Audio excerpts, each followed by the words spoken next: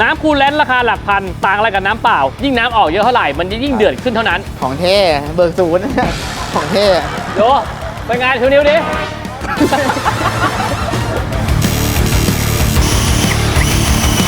น้ำเปล่า1นัดสนิมขึ้นแน่ๆเสียน้อยเสียยากระวังจะเสียมากแบบนี้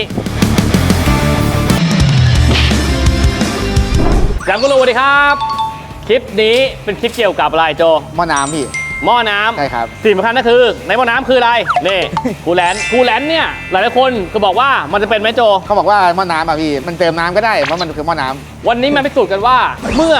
หม้อน้ำเติมน้ำเปล่ากับหม้อน้ำเติมคูลแลนต์แล้วเนี่ยมันแตกต่างขนาดไหนปีแล้วทำอย่างนี้กับคูลแลนต์ไปว่ามันกันสนิมได้จริงไม่จริงนู่นนี่นั่นใครไม่รู้เรื่องกันสนิมไปย้อนดูได้ว่ากันได้จริงไม่จริงปีที่แล้วอ่ะเอาคูลแลนต์มาต้มในหลอดทดลองหรือว่าหลอดแก้วแต่วันนี้จะมาเอาทดลองในหม้อน้ำจริงๆเป็นระบบปิดด้วยระบบปิดเหมือนหม้อน้ำจริงๆเลยมาทดสอบดูว่าจริงๆแล้วอ่ะหลักการทำงานของหม้อน้ำและฝาหม้อน้ำและคูลแลนต์และอุณหภูมิและเพชเชอร์เยอะป่ะหลายอย่างใช่พี่มันต่างกันยังไงก่อนอื่นเดี๋ยวไปดูกันว่าการจำลองหม้อน้ำขึ้นมามีฝาเรียบร้อยอย่างเงี้ยเริ่มจากยังไงบ้างไปดูกันการทำอุปกรณ์ของเรานะครับเริ่มจากการตัดฝาหม้อน้ำเพื่อย้ายไปใส่ถังแรงดันและเจาะถังเพื่อใส่ฝาหม้อน้ำลงไปนะครับจากนั้นเชื่อมให้สนิทเพื่อให้เหมือนกับหม้อน้ำจริงเรามีการเจาะถังเพื่อฝังเซนเซอร์ลงไปนะครับและเชื่อมให้สนิทไม่รั่วส่วนการทดลองจะเป็นยังไงไปชมกันเลยครับต่อไปมาดูว่าเซนเซอร์นะจะมีเสียบไว้2ตัวเมื่อกี้เชื่อมนะเซนเซอร์ถูกป่ะใช่ครับตัวหนึ่งคือเสียบวัดเพชเชอร์อีกตัวหนึ่งเสียบวัดอุณหภูมิจะมาดูว่าความสัมพันธ์ของมันเป็นยังไงบ้างเพลรอบแรกใส่น้ำเต็มหลอดเลยป่ะแต่หลักการคือต้องไล่อากาศออกมาให้หมดด้วยถูกป่ะใช่ครับพี่การจำลองก็จะเหมือนหม้อน้ำจริงๆนะก็คือจะมีความร้อนเกิดขึ้นในหม้อนี้จริงๆโอเคละเอียดเห็นป่ะฟองมันปุ๊บๆเอียงวางให้หมดเราให้อากาศออกให้หมดเลยไม่ให้เหลือโอเคเต็มแน่นอนนี่นะไม่มีอากาศแล้วชัวร์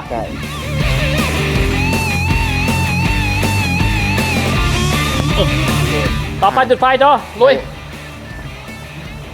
38แล้วพี่38แล้วพี่เนี่ยยังศูนย์อยู่พี่เพชเชอร์อันนี้ที่มันไม่ขึ้นเพราะอะไรโจ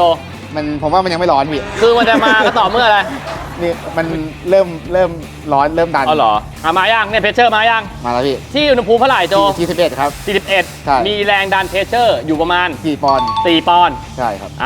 ฝาใบนี้ออกแบบมาประมาณ 1.3 บาร์ครับ1.3 บาร์ได้กี่ปอนด์โจประมาณ18-19 ปอนด์พี่18 ปอนด์มาดูดิว่ามันจะมีเริ่มน้ำมาสักกี่ปอนด์กัน100 องศาไม่ขึ้น100 ปอนด์เหรอ100 ปอนด์ไม่อยู่นะเฮ้ยต้องทดสอบว่ะพี่มีคนลองไหมพี่มีคนลองฮะมีเหรอเป็นไงอ่ะโยเป็นไงชูนิ้วดิ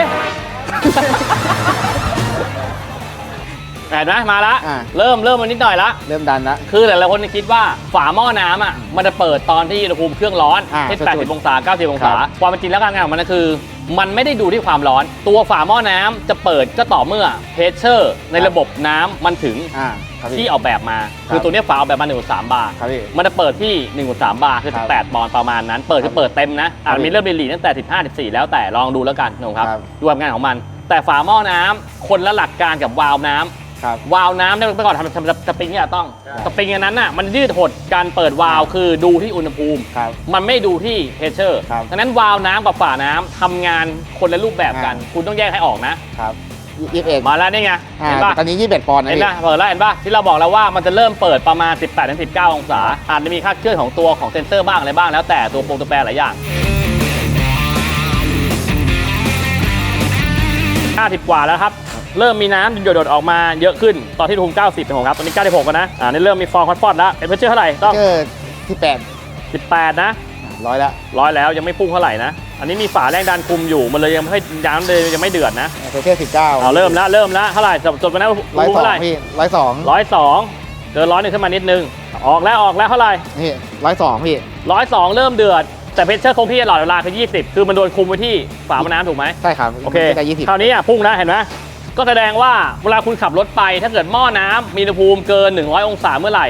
จะเริ่มมีน้ำเป็นไอระเหยออกมาปุ๊บนิดหน่อยแต่ไม่เยอะมาก107เริ่มจะไม่อยู่แล้วมั้งเริ่มบ้วนน้ำลายแล้วเอามาบ้วน สรุปพอแค่นี้นะสรุปก็คือที่อุณหภูมิประมาณ 102 102ก็เริ่ม ใช่ มีคาน้ำเยอะขึ้นแล้วแต่ ใช่ครับ 105ชัดเจนแล้วเริ่มบ้วนเยอะแล้ว ใช่พี่ โอเคนะอันนี้เป็นการทดลองของตัวน้ำเปล่าครับต่อไปจะเปลี่ยนตัวที่เป็นคูลแลนต์ ครับพี่ ใส่ลงไปแทน ครับ ดูดิว่าเมื่อคูลแลนต์ลงไปแล้วเนี่ยมันจะมีอาการเกิดฟองเกิดควันเกิดไอเหมือนกับน้ำเปล่าจริงๆหรือเปล่า ระหว่างที่เรารอน้ำเย็นลงจะเปิดฝาเปลี่ยนคูลแลนต์ลงไป บอกกันว่าคูลแลนต์นี้เป็นคูลแลนต์ของแท้ ใช่ครับ รู้ได้ไงของแท้ ผมไปซื้อมาเองพี่ มีหลักฐานด้วยเดี๋ยวให้ดู นี่ไปซื้อที่ศูนย์มาเลยนะ คือ ใช่ ให้ชัวร์ว่าของแท้จริง ๆ คือที่ศูนย์มาทดลอง ครับ เพราะงั้นเกิดซื้อของปลอมมาทดลองก็ อ่า ไม่รู้ว่าจริงกับปลอม ใช่ครับ รู้ทีว่าเป็นของจริงแน่นอนมาทดสอบกันว่าไงต่อปะ ครับพี่ครับ เอ้ย ปลอดภัยรอบ2จะลองเอาคูลแลนต์ของแท้ใส่ไป ไล่ฟองก่อนโอเคโอเคครับเราเอียงเพื่อให้อากาศมันออกมาให้หมดนะครับอ่าโอเค เรียบร้อย 42อะแต่ว่าปอนด์ยังไม่มา โอเคเท่าไหร่ละ56 56 มีมีน้ำเอายังไม่มีน้ำนะ ยังพี่11ปอนด์นะครับ ยังราบลื่น นี่เริ่มแล้ว เริ่มอย่างนิดหน่อยนี่ไงสีแดงๆออกมาแล้วใช่ป่ะ ต้อง เริ่ม64นะ เขาก็เริ่มเปิดแล้ว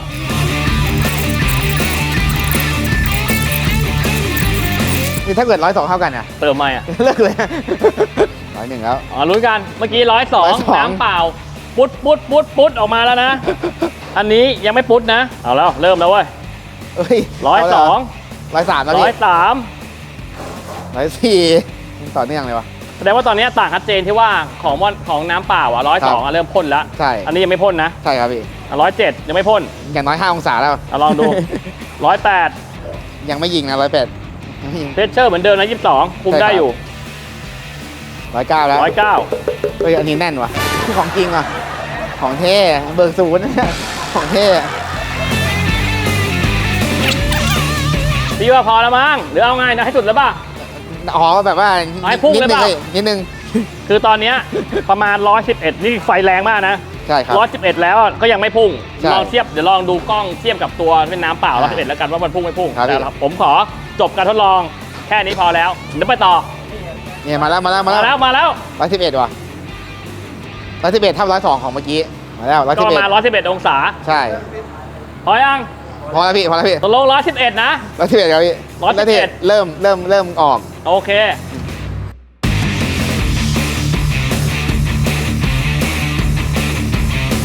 สรุปก็คือฝาหม้อน้ำการทำงานของมันก็คือมันคุมที่เพชเชอร์ซึ่งเพชเชอร์เนี่ยมันเต็มที่มันตัวเนี้ยจะเปิดออกมา19ปอนด์ ครับพี่ แต่19ปอนด์เนี่ยไม่ได้เป็นว่าต้องอุณหภูมิเท่าไหร่ถูกป่ะ ใช่ อุณหภูมิแค่ประมาณ70 80แค่เนี้ยมันก็เริ่มมีเพชเชอร์แล้ว ใช่ ดังนั้นฝาหม้อน้ำจะมีการเปิดปิดตลอดเวลา ครับพี่ ดังนั้นคนที่บอกว่าฝาหม้อน้ำมันจะไปเปิดตอนที่เครื่องฮีท ถึงน้ำมันพ่นออกมา ครับ ไม่ใช่นะ น้ำพ่นก็คือมันปลายทางแล้วถูกป่ะ ครับพี่ แต่มันเป็นตัวคุมเพชเชอร์ให้อยู่ในที่ 19 ปอนด์ตลอดเวลา ครับ ถ้าเกิดคุณใช้ฝาหม้อน้ำ1.3นะตัวน้ำธรรมดาประมาณ102องศาจะเริ่มเดือดเริ่มพุ่งมาเป็นไอเริ่มพ่นเยอะถูกป่ะ ใช่พี่ แต่ส่วนตัวที่เป็นคูลแลนต์จะประมาณ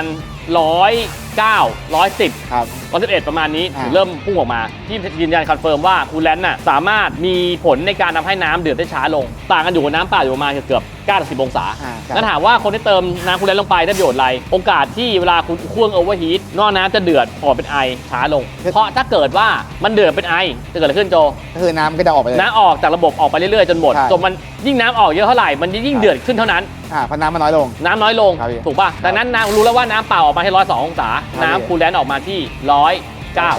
ครับ ดังนั้นถ้าเกิดว่าคุณอาจจะขับรถใส่คูลแลนต์แต่เครื่องรันขึ้นไปถึง100 103 104ก็ยังวิ่งได้อยู่ ใช่ แต่กลับกันถ้าเกิดไม่ใส่คูลแลนต์ใส่น้ำเปล่า ครับ แค่103 104คุณเรียบร้อยแล้ว ครับ เป็น พี่ ไอแล้วเรียบร้อย แล้วไอ้9องศามีผลเยอะไหมพี่ เยอะนะ9องศาเอาง่ายๆ อุณหภูมิคนทั่วไปที่อยู่ในห้องแอร์24 25ถูกป่ะกลับกันบวก10องศาไปเท่าไหร่24 34 3-4อยู่ได้ปะล่ะผมผ้านอนอ่ะ ไม่ค่อยดีอะพี่ ไม่ได้ เออก็10องศาเยอะปะล่ะ เยอะอยู่พี่ ต่อไปคำถามมา ไอ้ฝาพนันพี่ทำไมมันถึงต้องมีทั้งเบอร์เล็กกับเบอร์ใหญ่อะพี่ไอ้0.9กับ1.3นี่ทำไมมันถึง 0.9 ต้อง กับ1.3 ใช่ พี่คิดว่าการใช้งานมันต่างกัน ครับ อย่างเช่นขึ้นอยู่กับหลอดด้วยฝาหม้อน้ำทนเพชเชอร์สูงอะมันดีอยู่แล้วเพราะน้ำเดือดยากกว่า แต่ว่าประเด็นคือน้ำเดือดยากก็จริงแต่เพชเชอร์มันจะสูง ครับพี่ เพราะ1.3กับ1.9ถูกปะล่ะ ใช่ ถามว่าแล้วหลอดหม้อน้ำที่เอาออกแบบมา อ๋อ หลอดในหม้อน้ำอ่ะ ครับพี่ มันทนเพชเชอร์ได้ปะล่ะ อ๋อ ทนไม่ได้หลอดมันก็จะบวมหลอดมันก็โยะหลอดก็เอียงก็ระเบิดอยู่ดี อ๋อคือถ้าฝาดีเกิน ฝาดีแต่หลอดทำไม่ได้มันก็ระเบิดอยู่ดี ครับ แต่ตามที่พี่ลองทั่วไปอ่ะ ครับพี่ เปลี่ยน 0.9 ทันดาดอะรถยนต์ทั่วไปอ่ะ ครับ เป็น1.3อ่ะ ครับ ไม่ได้ทำให้ตัวหลอด อ่า ของหม้อน้ำเกิดอาการโยะ ครับพี่ เพราะตัวฝาพวกนี้เราขายไปเยอะมากก็ไม่มีใครมีหลอดเป็นการโยะ ครับ แต่ถ้าเกิดมากกว่านั้น1.5 1.6เราไม่รู้นะว่าเกิดอะไรขึ้นเพราะเราไม่เคยลอง ต่อไปถ้าเกิดใช้น้ำเปล่าพี่ข้อเสียที่รู้คือมันเดือดไวแล้วนอกจากเดือดไวอ่ะมีอะไรอีกบ้างครับพี่ น้ำเปล่า1นัดสนิมขึ้นแน่ๆคือหม้อน้ำเป็นอลูมิเนียมสนิมไม่ขึ้นหรอก ครับ แต่ในเครื่องยนต์ที่เข้าไปเสื้อสูบอะเหล็กทั้งนั้นปั๊มน้ำเหล็กทั้งนั้น คือไปหมดเลย เละไปหมด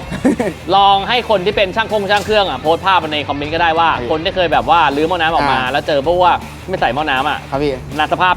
เครื่องเป็นยังไงรบกวนคอมเมนต์โพสต์รูปมาหน่อยคนได้เห็นว่าคนที่ไม่ใส่คูลแลนต์เป็นยังไงบ้าง โอเคถ้าเกิดคูลแลนต์ผสมน้ำเปล่าอย่างละครึ่งไงพี่ได้ผลไหมพี่ คูลแลนต์แบบนี้เรียกว่าคูลแลนต์ผสมเสร็จ ครับ ห้ามผสมน้ำเปล่า ครับ อย่าประหยัดมันไม่ได้ ไม่ได้พี่ เขาผสมมาแล้วผสมเสร็จหมายความว่าอะไร พร้อมใช้ พร้อมใช้คือท้ายเทเลยอ่านให้ดี ครับ ๆ แต่ว่าบางยี่ห้อเป็นแบบเข้มข้นขวดเล็กๆอ่ะต้องผสมอัตราส่วนตามที่เขาพูดไป ครับ ว่าเท่าไหร่